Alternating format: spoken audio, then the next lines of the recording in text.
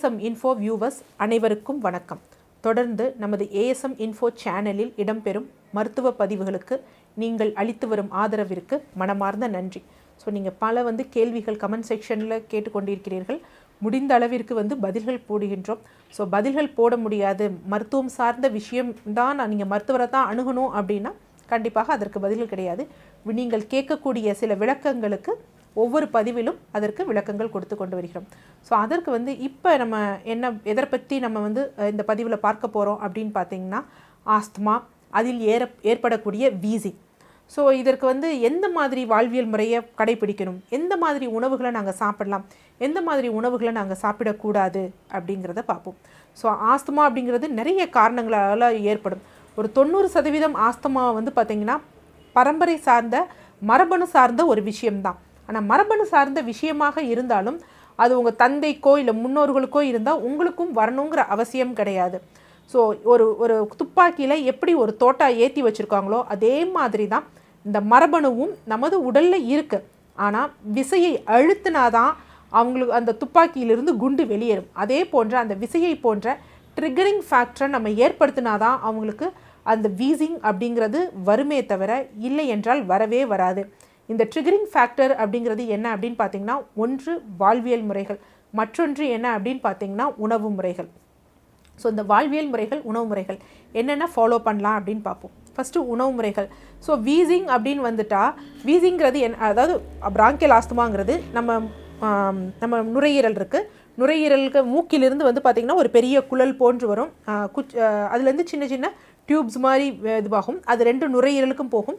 அது கடைசியில் சின்ன சின்ன காற்றறைகளில் போய் முடியும்.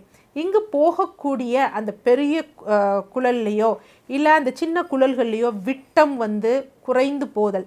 விட்டம் ஏன் குறைந்து போகுது அப்படின்னு பார்த்தீங்கன்னா, அங்கே இருக்கக்கூடிய சளிச்சவ்வுகள் இலகி அந்த விட்டத்தை குறைச்சிருக்கும். ஸோ அந்த விட்டத்தை குறைக்கிறனால காற்று, நம்ம இழுக்கக்கூடிய காற்று நுரையீரலில் இருக்கக்கூடிய காற்று பைகளை சென்று அடையாது. அதற்கு ரொம்ப கடினத்துவம் ஏற்படும். ஸோ அந்த கடினத்துவம் ஏற்படுறப்ப நம்ம ரொம்ப அப்படியே வாயை திறந்து ரொம்ப கஷ்டப்பட்டு நம்ம இழுக்கக்கூடிய சுவாசம்தான் வீசிங் அப்படின்னு சொல்கிறோம். ஸோ அப்போ அந்த குறுகிய அந்த விட்டத்தில் காற்றுகள் மெல்லிதாக போயிட்டு வர்றதுனால தான் யூஸ்வலாக அந்த ஒரு வீசிங் சவுண்டு அப்படிங்கிறது ஏற்படுது. சரி, இதற்கு நம்ம என்ன பண்ணணும் அப்படின்னா, முதல் விஷயம், இனிமேல் அந்த இடத்துல அதிகமாக அந்த கோழைகள் ஏற்படக்கூடாது. அடுத்த விஷயம், ஏற்கனவே ஏற்பட்ட அந்த இன்ஃபெக்ஷனான கோழைகள் வெளிவரணும். அந்த வகையில் நம்ம உணவுகள் எடுத்துட்டால் ரொம்ப சீராக இருக்கும். இந்த பிராங்கியல் ஆஸ்துமா அப்படிங்கிறது முதலில் என்ன அப்படின்னு பார்த்தீங்கன்னா, கப வகையை சேர்ந்த ஒரு பிரச்சனையாகும், ஒரு நோய் நிலையாகும். ஸோ அப்போ என்ன அப்படின்னு பார்த்தீங்கன்னா, கப வகையான உணவுகளை தவிர்க்க வேண்டும். ஸோ கப வகையான உணவுகள் என்ன அப்படின்னு பார்த்தீங்கன்னா, கண்டிப்பாக பால் சேர்ந்த உணவுகள். என்ன டாக்டர், பாலில் தான் கால்சியம் இருக்கே, அதை போய் தவிர்க்கிறீங்க அப்படின்னு பார்த்தீங்கன்னா, பால் பார்த்திங்கன்னா ஒரு மந்த பொருள். பால் அவ்வளோ ஈஸியாக பார்த்திங்கன்னா உங்களுக்கு டைஜஷன் ஆகாது. நம்ம நினைக்கிறோம் அது தண்ணியாக தானே இருக்குது, அது ஏன் போய் நீங்கள் டைஜஷன் ஆகாது அப்படின்னு சொல்கிறீங்க. ஒரு பாலை பார்த்திங்கன்னா நம்ம காய்ச்சிரும். அந்த காய்ச்சி இது பண்ணுறப்ப அதில் மில்க் சாலிட்ஸ் அப்படிங்கிறது வருது பார்த்திங்களா. அதே போன்ற விஷயம்தான் அந்த பால் நீர்த்துவமாக இருந்தாலும் உள்ளே செல்லும் பொழுது அது அந்த மில்க் சாலிட்ஸ் செரிமானத்திற்கு மிக கடுமையான ஒரு விஷயமாக இருக்கும். ஸோ அப்போ என்ன ஆகும் அப்படின்னு பார்த்தீங்கன்னா, நமக்கு மந்தத்தன்மை ஏற்படும். ஸோ மந்தத்தன்மை ஏற்பட்டு அந்த டைஜஷனும் இம்ப்ராப்பராக ஆகிறப்ப அதுலேருந்து ஏற்படக்கூடிய கார்போஹைட்ரேட் மெட்டபாலிசம் இந்த மாதிரி விஷயம் எதுவும் சரியாக இருக்காது. ஸோ வயிறு பார்த்திங்கன்னா ஒரு உப்பிசம் போன்ற நிலை ஏற்படும். வயிறு உப்புச்சுன்னா என்ன ஆகும், நம்ம சுவாசிக்கிறதுக்கு மார்பு பகுதி மற்றும் முக்கியம் கிடையாது, வயிற்றுப்பகுதி தசைகளும் ரொம்ப முக்கியம். இங்கே உப்பிசம் இருக்கிறப்ப கண்டிப்பாக அந்த வயிற்றுப்பகுதி தசைகள் சுவாசிப்பதற்கு ஒத்துழைக்காது.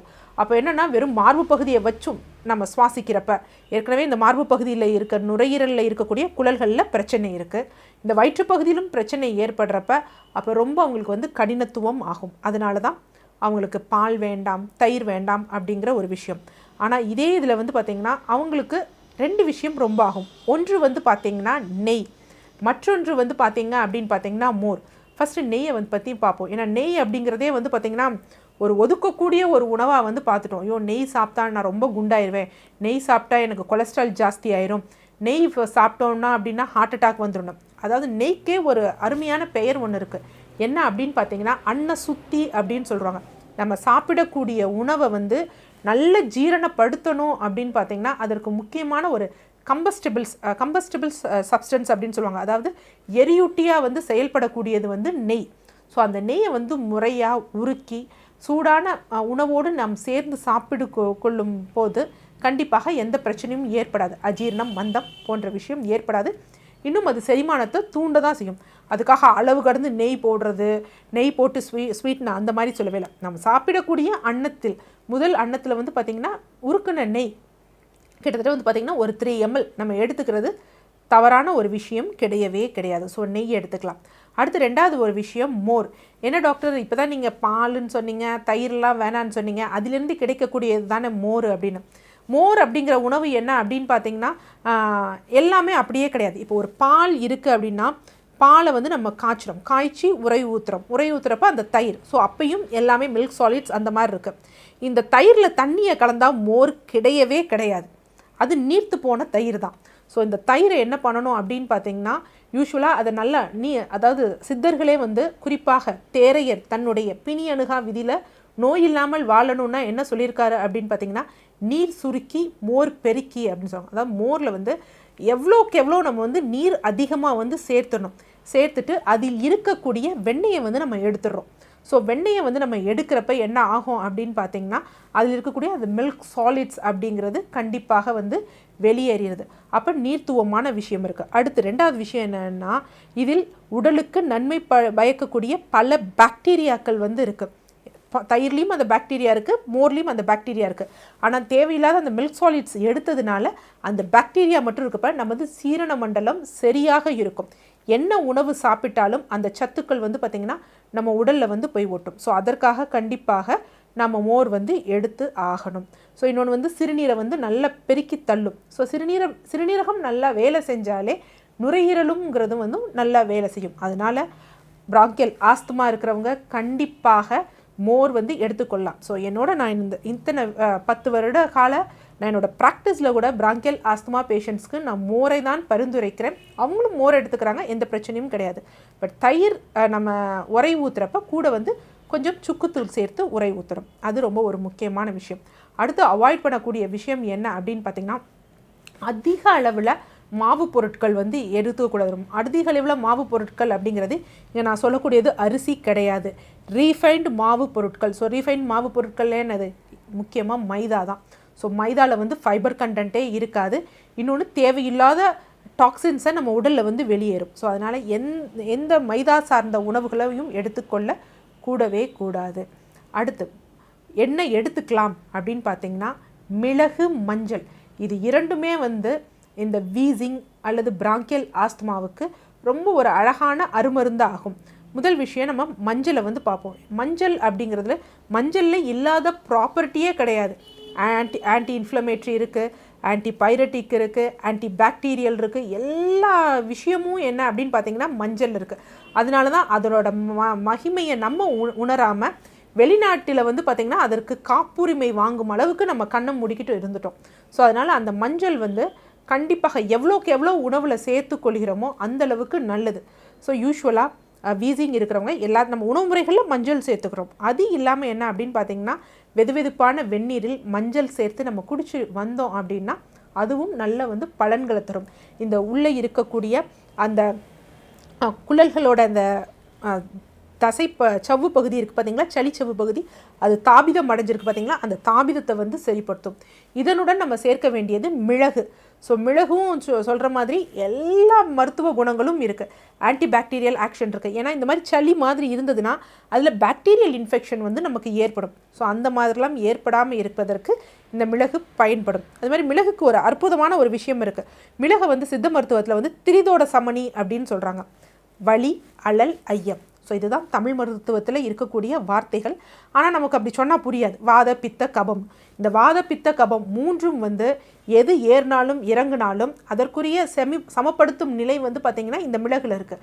உங்களுக்கு சூடு இருக்கா, குளிர்ச்சி பண்ணணுமா, மிளகை எடுத்துக்கோங்க. உங்களுக்கு குளிர்ச்சியாக இருக்கா, நம்ம சூடு பண்ணணுமா, மிளகை எடுத்துக்கோங்க. ஸோ எல்லாவற்றிற்கும் உங்களுக்கு பித்தம் அதிகமாக இருக்கா, அதை கம்மி பண்ணணுமா, மிளகை எடுத்துக்கோங்க. பித்தத்தை அதிகப்படுத்தணுமா, மிளகு எடுத்துக்கோங்க. ஸோ அது மாதிரி இதில் எந்த ஒரு கான்ட்ராண்டிகேஷனும் கான்ட்ரவர்ஷியலும் எதுவும் இல்லாத ஒரு விஷயம் மிளகு. ஸோ அதனால் மிளகு கண்டிப்பாக நம்ம எடுத்துக்கொள்ளக்கூடிய ஒரு விஷயமாகும். ஸோ இந்த மஞ்சள், மிளகு. இதை தவிர்த்து என்னங்க டாக்டர், நாங்கள் இந்த காய்கள்லாம் சொல்கிறாங்க, நீர்க்காய்கள் சாப்பிடாதீங்க, பழங்கள் சாப்பிடாதீங்க அப்படின்னு சொல்கிறாங்களே, இது சரியான விஷயமா அப்படின்னா கண்டிப்பாக கிடையவே கிடையாது. இப்போ வந்து பார்த்திங்கன்னா நமக்கு ஒரு நோய் நிலை ஏற்பட்டிருக்கு. சிறு வயதிலே இருந்து தான் நம்ம பழங்கள் சாப்பிட்டுட்ருக்கோம், சிறு வயதிலே இருந்து தான் நம்ம இந்த காய்கறிகள்லாம் சாப்பிட்டுட்ருக்கோம். ஏன் இன்றைக்கி திடீர்னு போய் செய்யணும்? அப்போ பிரச்சனை உணவுகள் மேல் கிடையாது, நாம் தான் வந்து பார்த்திங்கன்னா தவறு செஞ்சு இந்த உணவை வேணாங்கிற நிலைக்கு வந்து கொண்டு வந்தோம். ஸோ கண்டிப்பாக வீசிங் இருக்கிறவங்க இந்த நீர் காய்கறிகள்லாம் எடுக்கலாம். ஆனால் உங்கள் மருத்துவரோட அறிவுரையின் பேரில் எடுங்க. ஸோ நீங்கள் எந்த மருத்துவம் எடுத்தாலும் இந்த நீர்க்காய்களை எடுக்கிறப்ப எப்படி எடுத்துக்கணும் அப்படின்னா, கூட மிளகுத்தூள் சேர்த்து எடுத்துக்கோங்க. ஒரு சொரக்காய் எடுக்கிறீங்களா, சொரக்காய் பொரியல் பண்ணுறீங்களா, மேலே மிளகுத்தூள் வந்து தூவிடுங்க. ஒரு முள்ளங்கி பொரியல் பண்ணுறீங்களா, அதில் தூவிக்கோங்க. முள்ளங்கி கூட்டு செய்கிறீங்களா, அந்த முள்ளங்கி கூட்டில் மிளகு எடுத்துக்கோங்க. மிளகை வந்து நம்ம ஒதுக்கி வைக்கக்கூடாது. ஏன்னா என்ன பண்ணுறோம் அப்படின்னு பார்த்தீங்கன்னா, வெண்பொங்கல் ஆனாலும் சரி, எதுவானாலும் சரி, மிளகை ஒதுக்கி வச்சுறாங்க. ஏதோ மிளகு வந்து ஒரு அலங்காரத்துக்கு உபயோகப்படுத்தணும் அப்படின்னு நினச்சிட்றாங்க. கிடையவே கிடையாது. நம்ம உணவில் இருக்க தோடத்தை நீக்குவதற்கு ஒரு அருமையான ஒரு விஷயம் என்ன அப்படின்னு பார்த்தீங்கன்னா மிளகு. ஸோ அது மாதிரி மிளகு வந்து கண்டிப்பாக வந்து சேர்த்துக்கோங்க. அடுத்து பழங்களை பொறுத்த வரைக்கும் எல்லா பழங்களும், அதாவது ஹைப்ரிட் வெரைட்டி தவிர்த்து நமது பாரம்பரிய பழங்கள் எல்லாமே சாப்பிட்லாம். கொய்யாப்பழம் சாப்பிட்லாமா? கண்டிப்பாக கொய்யாப்பழம் சாப்பிட்லாம். எப்படி கொய்யாப்பழம் சாப்பிடணும் அப்படின்னு பார்த்தீங்கன்னா, மிளகுத்தூள், உப்பு சேர்த்து கொய்யாப்பழங்கள் வந்து சாப்பிடணும். இந்த பழங்கள்லாம் வந்து பார்த்திங்கன்னா ஃப்ரிட்ஜில் இருந்து எடுத்து சாப்பிடக்கூடாது. நான் ஃப்ரிட்ஜிலேருந்து எடுத்து காலையிலே வச்சுட்டேன், வெளியே மாலையில் தான் சாப்பிட்றேன், அதெல்லாம் கிடையவே கிடையாது. பழங்களின் அந்த தசை பகுதியில் வந்து பார்த்திங்கன்னா அந்த குளிர்ச்சி ஸ்டோராக இருக்கும். நீங்கள் எடுத்து வெளியே வச்சாலும் கண்டிப்பாக அதன் தன்மை அதனுள் இருக்கும். அதனால் வந்து பார்த்திங்கன்னா பழங்களை பொறுத்த வரைக்கும் பார்த்திங்கன்னா குளிர்சாதன பெட்டியில் வைக்காமல் நம்ம எல்லா பழங்களும் சாப்பிடலாம். விதைகள் இருக்கும் பழங்கள் மட்டும் சாப்பிடலாம். ஸோ அந்த மாதிரி எடுத்துகிட்டால் ரொம்ப நல்லது. அடுத்து சுக்குக்கு மிஞ்சிய மருந்தும் இல்லை, சுப்பிரமணியனுக்கு மிஞ்சிய கடவுளும் இல்லை அப்படிங்கிற ஒரு சொலவடை வந்து உண்டு. அந்த அளவுக்கு வந்து பார்த்திங்கன்னா முருகன் அளவுக்கு போற்றக்கூடிய ஒரு விஷயம் வந்து பார்த்திங்கன்னா இந்த சுக்கு. ஸோ இந்த சுக்கை வந்து யூஸ்வலாக தேன், சுக்கு இதெல்லாம் வந்து பார்த்திங்கன்னா மலைகளில் வந்து அதிகமாக உணவுகளில் சேர்த்துக்கொள்ள ஒரு விஷயம்தான். ஸோ அந்த சுக்கை வந்து நம்ம சீவிட்டு சுக்குத்தூள் போட்டு சுக்கு மல்லி காஃபி அல்லது வந்து பார்த்திங்கன்னா மல்லி காஃபி இந்த மாதிரி வச்சு நம்ம தொடர்ந்து குடித்து கொண்டு வரும்பொழுது அதுக்கு கோலை அகற்றி செய்கை உண்டு. ஸோ அந்த சளியை வந்து வெளித்தள்ள பார்க்கும். ஸோ அந்த மாதிரி சுக்கு, மிளகு, அதே மாதிரி கொத்தமல்லி விதை போன்றவை நம்ம எந்த அளவுக்கு உணவில் எடுத்துக்கிறோமோ அந்த அளவுக்கு வந்து கண்டிப்பாக வந்து பயன்கள் தரும். ஸோ இது வந்து உணவில் நாம் சேர்த்துக்கொள்ள வேண்டிய விஷயம். வாழ்வியல் முறைகளில் என்ன அப்படின்னு பார்த்திங்கன்னா, கண்டிப்பாக ஏன்னா வீசிங் இருக்குன்னு பல பேர் வந்து பார்த்திங்கன்னா குளிக்கவே மாட்டாங்க, தலைக்கே குளிக்க மாட்டாங்க. அது தவறான ஒரு விஷயம். அந்த மாதிரி குளிக்காமையே இருந்தோம்னா உடல் வந்து உஷ்ணம் அதிகமாகிடும். ஸோ உஷ்ணம் அதிகமாகிறப்ப நமக்கு இன்னும் இன்ஃபெக்ஷன்ஸ் வந்து அதிக அளவில் தான் ஏற்படும். ஸோ அது என்னென்னா பீரியாடிக்காக எண்ணெய் குளியல்கள் இருக்குது. வீசிங்காரவங்க கண்டிப்பாக எண்ணெய் தேர்த்து குளிக்க வேண்டும். ஆனால் அவரவர்களுக்கு என்று பிரத்யேகமான எண்ணெய்கள் வந்து நீங்கள் உங்களுடைய சித்த மருத்துவர்களை அணுகுனீங்கன்னா அவங்க தருவாங்க. ஸோ அந்த மாதிரி எண்ணெய் குளியல்களை நீங்கள் தொடர்ந்து எடுத்துக்கொண்டு வரும் பொழுது உங்கள் உடலில் இருந்து கழிவுகள் வந்து வெளியேறும். அது மாதிரி நுரையீரலோட செய்கையும் மேம்படும். ஸோ அந்த மாதிரி எண்ணெய் குளியல், உணவு முறை இதை ஃபாலோ பண்ணாலே போதும்.